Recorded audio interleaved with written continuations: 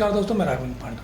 दोस्तों, आज जो हम बात करेंगे अपने इस एपिसोड में, हम बात करेंगे कुछ मुद्दों को लेकर, और वो मुद्दे वास्तविकता में बहुत ज़रूरी है। क्योंकि आए दिन फेसबुक पे तो यानी कि व्हाट्सएप यूनिवर्सिटी और फेसबुक यूनिवर्सिटी पे तो फेक न्यूज़ें चलती हैं, और लोगों के अंदर वास्तविकता में दिमाग भी नहीं रहा है। दिमाग इसलिए नहीं रहा है क्योंकि उनको तो मेहनत ना करनी पड़े, ऐसा आज की डेट में हो गया है सब लोगों के साथ कि उनको मेहनत ना करनी पड़े, कहीं रिसर्च ना करना पड़े, सिर्फ कहीं से कोई चीज़ आ जाए उसको कॉपी पेस्ट करें और सीधे टाग दें पोस्ट करने के लिए, और वो डायरेक्ट हिट करे विपक्षों पर। यानी कि किसी को मोदी पसंद है, किसी को कांग्रेस, किसी को सपा, किसी को बसपा। आपस की राजनीतियों में देश का गुड़ गोबर करने में लगे हुए। बातें तो इस कदर करेंगे देश हित की कि आप पूछिए मत, कि जैसे कि इनके परिवार दादा परदादा ही जंग लड़ते आए हैं और बाकी सब तो निठल्ले हैं।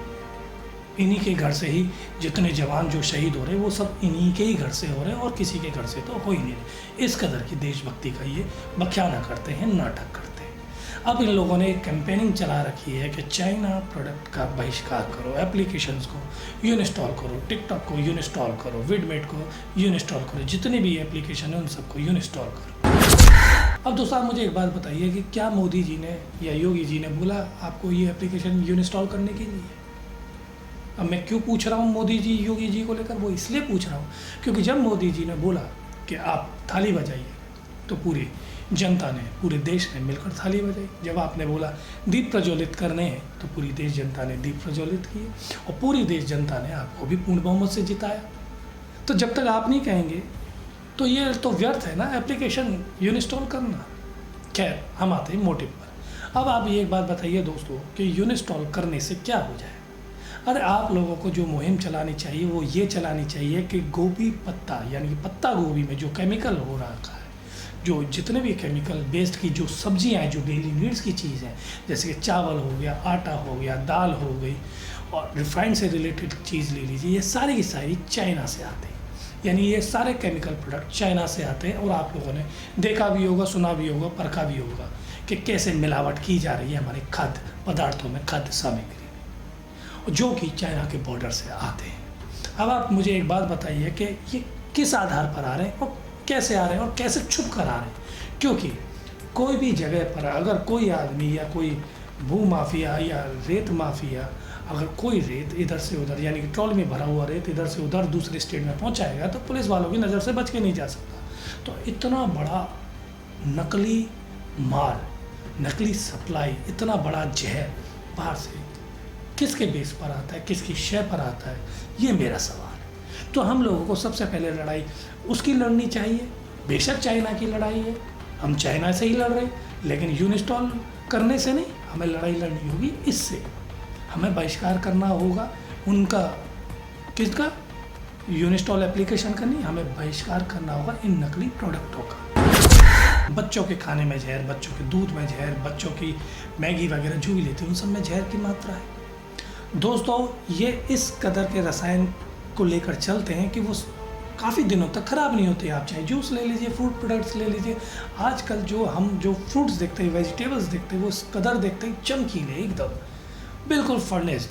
आदमी को लगता है सबसे ज़्यादा प्रोटीन, सबसे ज़्यादा विटामिन इन्हीं में होंगे, जबकि सबसे थर्ड क्लास आइटम होते हैं। रिफाइंड आप लोग खाते होंगे, जबकि बहुत सारे सब डॉक्टरों ने ये बोल दिया गया कि इनका सारा तत्व निकालने के बाद ही आपको रिफाइंड मिलता है, जिसमें कुछ भी नहीं होता, और वो आप बहुत अच्छी तरीके से बड़े महंगे दामों में ख़रीद कर खाते हैं। तो दोस्तों, ये जहर को रोकना होगा। इन जहरों के खिलाफ हमको बहिष्कार करना होगा चाइना का। चाइना के इन यूनिस्टॉल करने से कुछ नहीं होगा, एप्लीकेशंस को कुछ नहीं होते, कर देंगे, लेकिन जो मेन चीज़ है आपको वो मुद्दे उठाने चाहिए। क्यों जनता को गुमराह कर रहे हैं आप लोग कि आप ये यूनिस्टॉल कर दें, वो कर दें? एक यूनिस्टॉल करने से 5 सैनिक मारे जाएंगे चीन के। अरे बेवकूफ़ लोग हो आप लोग, अकल नहीं है आप लोगों को, दिमाग से पैदल हो।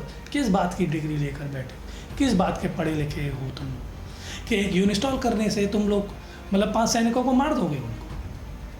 है ये तो वही वाली बात हो कि 11 लोगों को भेजो, तुम्हारी मनोकामनाएं सिद्ध होंगी। तुमने तो सिद्ध कर ही दिया दुनिया में, जो आप लोगों को बेवकूफ़ का तबका दिया जा रहा है वो इन्हीं चीज़ों के आधार पर तो दिया जा रहा है।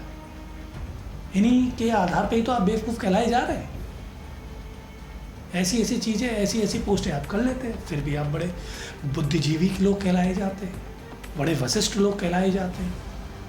मतलब दूध में पड़ी हुई मक्खी को पी जाते हैं, उसको निकालने के बाद उस दूध को पी जाएंगे, लेकिन आप बुद्धिजीवी कहलाई जाएंगे। और दोस्तों, देश को खतरा उन चाइना से नहीं है, देश को खतरा इन बिन पैंदे के लोटों से, इन देशद्रोहियों से, इन मुखबिर लोगों से। ये जो मुखबिरी करते करते इनकी सदियाँ बीत गई, इनकी बाप दादा खत्म हो गए, इन्होंने अंग्रेजों की मुखबिरी करी।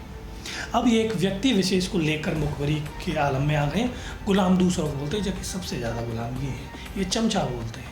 चमचा, चलो मान लिया कि कोई चमचा होता है, लेकिन चमचा तो गुलामी होता है ना, गुलामी तो चमचागिरी करता है। अब अपनी सारी चीज़ें वो दूसरों पे थूक देते हैं। आप विश्वास मानिए, आप कितने भी किसी भी चीज़ में आप कोई भी पोस्ट आप देश हित को लेकर करें, मुद्दों को लेकर करेंगे, आपके अंदर ऐसे आ जाएंगे, ऐसे मधुमक्खियों की छत्ती की तरह आपको घेर लेंगे कि जिसका अंदाज़ा आप नहीं लगा पाएंगे। तो दोस्तों, ऐसे देश के गद्दारों को सबक सिखाना होगा। सबसे पहले ऐसे लोगों की बोलती बंद करनी होगी, क्योंकि असल में यही देश के गद्दार हैं, यही देश के असली जयचंद हैं, जो एक व्यक्ति विशेष के कारण पूरी देश की लुटिया को डुबोने में लगेगा। इनको जो रोड पर मर जाते हैं, बच्चे बिलखते रहते हैं, उनकी माएँ मर जाती हैं, वो लोग नहीं दिखते। इन लोगों को जो फुटपाथ पर जो जाते जाते दम तोड़ देते हैं, इनको वो नहीं दिखते। स्टेशन पर प्रेग्नेंट लेडी दम तोड़ देती है, इनको वो नहीं दिखता। लेकिन इनको क्या दिखता है कि 370 लेकर आए, 3 तलाक। अब मुझे एक बात बताइए भैया, 3 तलाक का तुम लोगों को क्या फ़ायदा? जिस आदमी ने अपने घर को लेकर, अपनी पत्नी को लेकर नहीं चला कोई आदमी, वो आदमी ने 3 तलाक दे दिया। लेकिन 3 तलाक का क्या तुमको क्या फ़ायदा मिला जो तुम कहते हो 3 तलाक आए? एक तरफ तो तुम एक समुदाय को लेकर विरोध लेकर चलते हो, दूसरी तरफ तुम 3 तलाक का सपोर्ट भी करते हो। तो पहले तो ये आकलन कर लीजिए कि वास्तविकता में आप लोग हैं क्या। तो दोस्तों, मेरा ये कहने का मतलब है कि चीन को जवाब देना चाहिए, चीन का पूर्ण तरीके से बहिष्कार करना चाहिए। हम सब तैयार हैं, हम चाइना का एक भी प्रोडक्ट लेने को तैयार नहीं और ना आजीवन हम इस्तेमाल करेंगे। लेकिन सबसे पहले सवाल ये उठता है कि जब हम ये इस्तेमाल नहीं करेंगे, क्योंकि बहुत सारे लोगों ने चाइना के प्रोडक्ट ले रखे हैं, लेकिन अब मजबूरी है ले रखे हैं, अब उनको नहीं फेंक सकते, लेकिन आप लोग कहते हैं उन सबको फेंक दो। तो हमारे पास ऑल्टरनेट क्या है? जो आदमी रोज़गार लेकर चल रहा है और उसके पास आप ये रोज़गार छीन लेंगे चाइना का बहिष्कार करते हुए, तो उसको रोज़गार कैसे मुहैया कराएंगे? मेरा सवाल ये उठता है। उसको पुख्ता रोज़गार की ज़रूरत पड़ेगी, उसको पुख्ता चीज़ें मुहैया करानी पड़ेंगी, रोज़गार को उत्पादन में लाना होगा, उसका उत्पाद करना होगा। लेकिन आप लोगों ने क्या इस रूपरेखा ले रखी है, क्या सर्कमस्टेंसेस ले रखे हैं, इस रूपरेखा को लेकर ये आपको बताने होंगे। क्या मानदंडों के आधार पर आप रोज़गार देंगे हमारे व्यापारी लोगों को, ये आपको बताना होगा। दोस्तों, मैं आपसे एक बात ही कहना चाहता हूँ, कुछ ज़्यादा बड़ी बात नहीं कहना चाहता, कि रोज़गार ज़रूरी है, सबका है। आप बहिष्कार करिए, जो आपके साथ गलत हरकत करेगा उसका बहिष्कार करना बहुत ज़रूरी है। और वास्तविकता में तो तब हो जाता है जब हमारे बॉर्डर पर शहीद होते हैं, दिल रोने लग जाता है। कितनी माताएं बहनें की सुनी हो जाती है, कितनी पत्नियों के सुहाग उजड़ते हुए हम लोग देखते आ रहे हैं। लेकिन क्या हमारे कैंडल जलाने से, हमारी श्रद्धांजलि देने से इन लोगों को न्याय मिल जाता है? नहीं मिलता, क्योंकि असल में हम लोग ही पैदा कर रहे हैं इनकी दुश्मनों। अरे चाइना का बहिष्कार करना है तो उनके बॉर्डर सील करिए, इंपोर्ट एक्सपोर्ट को ख़त्म करिए। आप बिजनेस रोकेंगे नहीं, आप नए पे नए कॉन्ट्रैक्ट दे देंगे। अभी कॉन्ट्रैक्ट दिया दोस्तों, मैं आपको बता दूं, अभी इन लोगों ने कॉन्ट्रैक्ट दिया चाइना को, मतलब कि जनता तो बहिष्कार करती रहे अपनी चीज़ों का, आप कॉन्ट्रैक्ट देते रहे। और आपके जो गुलाम हैं, जो आपके बिन पैंदे के लोग हैं, वो ये बोले कि 44 करोड़ का फ़ायदा है। घंटा बजा लीजिए 44 करोड़ का। आप क्या दर्शाना चाहते हैं? आप अपनी नाकामी छुपा रहे हैं। ये 44 करोड़ 45 करोड़ कुछ नहीं होता, कोई फ़ायदा नहीं होता, क्योंकि नुकसान तो आप जनता का कर चुके हैं। डेमोनेटाइजेशन वाले टाइम पे जब डेमोनेटाइज किया था आप लोगों ने, नोटबंदी करी थी और रही सही कसर इस लॉकडाउन में आपने पूर्ण कर दी है, तो आपने जनता का कितना शोषण किया ये तो आप लोग जानते हैं। लेकिन सबसे बड़ा शोषण तो वो लोग कर रहे हैं जो इस समय वास्तविकता में जयचंद बने हुए हैं, जो अपने आप को देश को सबसे ज़्यादा ले जाने वाले, अपना देश हित करने वाले बनते हैं, जो देश प्रेम जगाते हैं, वही सबसे ज़्यादा असल में देशद्रोही हैं, देश के गद्दार हैं। और वो ये हैं बिन पैंदे के लोटे, ये भक्तजन, ये चमचे लोग। तो मेरा बिन पैंदे के लोटों से यही कहना है कि ज़्यादा आवाज़ में आने की ज़रूरत नहीं है। जो मुद्दे की चीज़ है उनको आगे बढ़ाएं। चीन का बहिष्कार करने के लिए ये जो सड़ी हुई नकली गोभियाँ जो बन रही हैं, इनके अंदर जो केमिकल हो रहे हैं उसका विरोध करें, नकली चीनी का विरोध करें।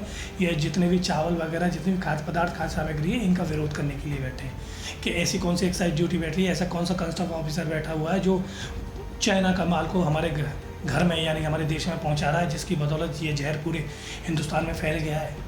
अरे आपने उस यूनिस्टॉल को करने के चक्कर में जो बोल दिया कि एक एप्लीकेशन यूनिस्टॉल कर लोगे तो 5 सैनिक मारे जाएंगे। अरे अगर आपने ये एक बंदे ने भी मुहिम उठा के चल दी ना, तो हमारे देश का हर जो आदमी इतना बीमार पड़ा हुआ है, शुगर वगैरह इन सब चीज़ें लेकर, क्योंकि कारण यही नकली जहर है।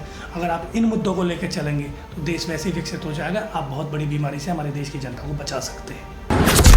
और जाते जाते मैं सरकार से सिर्फ इतना ही निवेदन करना चाहूँगा कि सब लोग आपके साथ हैं, सब लोग आपके साथ कंधे से कंधा मिलाकर चलना चाहते हैं, लेकिन असल मुद्दों को आप लेकर चलें। चीन का बहिष्कार करने से पहले सबसे पहले आप इंपोर्ट एक्सपोर्ट का ये जो बिज़नेस है इसको बंद करें, और हमारे देश में जो बिज़नेस है यानी कि जो हमारे देश के अंदर जो आप उत्पादन करना चाहते हैं उनकी मिल लगाएं। उसके ऊपर कोई रणनीति बनाने की कोशिश करें कि हमारे देश में कैसी व्यवस्था होनी चाहिए, कैसा उत्पाद होना चाहिए, उसके लिए आप रणनीति बनाने की कोशिश करें और उसी को ही लेकर आप चलें। सबसे पहले यहाँ पर उद्योग लगाएं। जिन चीज़ों का उत्पाद चाइना करता है वही सस्ते दामों में हमारे यहाँ पर बने। आप उन चीज़ पर रूपरेखा लेकर चलें, हमारे व्यापारियों के साथ मिलें, उनके साथ गांठ करें, उनसे विचार विमर्श करें। देन उसके बाद आप चीन का ही नहीं, अमेरिका की चीज़ों तक का बहिष्कार करना चाहोगे आप कर दोगे, क्योंकि इससे पहले भी देश हमारा खुद ही अपने आत्मनिर्भरता को दिखाता हुआ आया है, आत्मनिर्भरता की मिसाल बनता हुआ आया है। इसी कारण वो सोने की चिड़िया बना हुआ था। तो आप किसी को गुमराह करने की कोशिश ना करें, जो करना है आप उसको करने दें। मेरा कहने का मतलब है कि आप अपनी कार्रवाई सही तरीके से करें। मेरा सरकार से यही निवेदन है कि सबसे पहले यहाँ पर उद्योग लगाने की कोशिश करें और उन्हीं के ऊपर कोई रूपरेखा तैयार करें। इसी के साथ राघवेंद्र सिंह पांडा को इजाज़त दीजिए। नमस्कार, जय हिंद, जय भारत।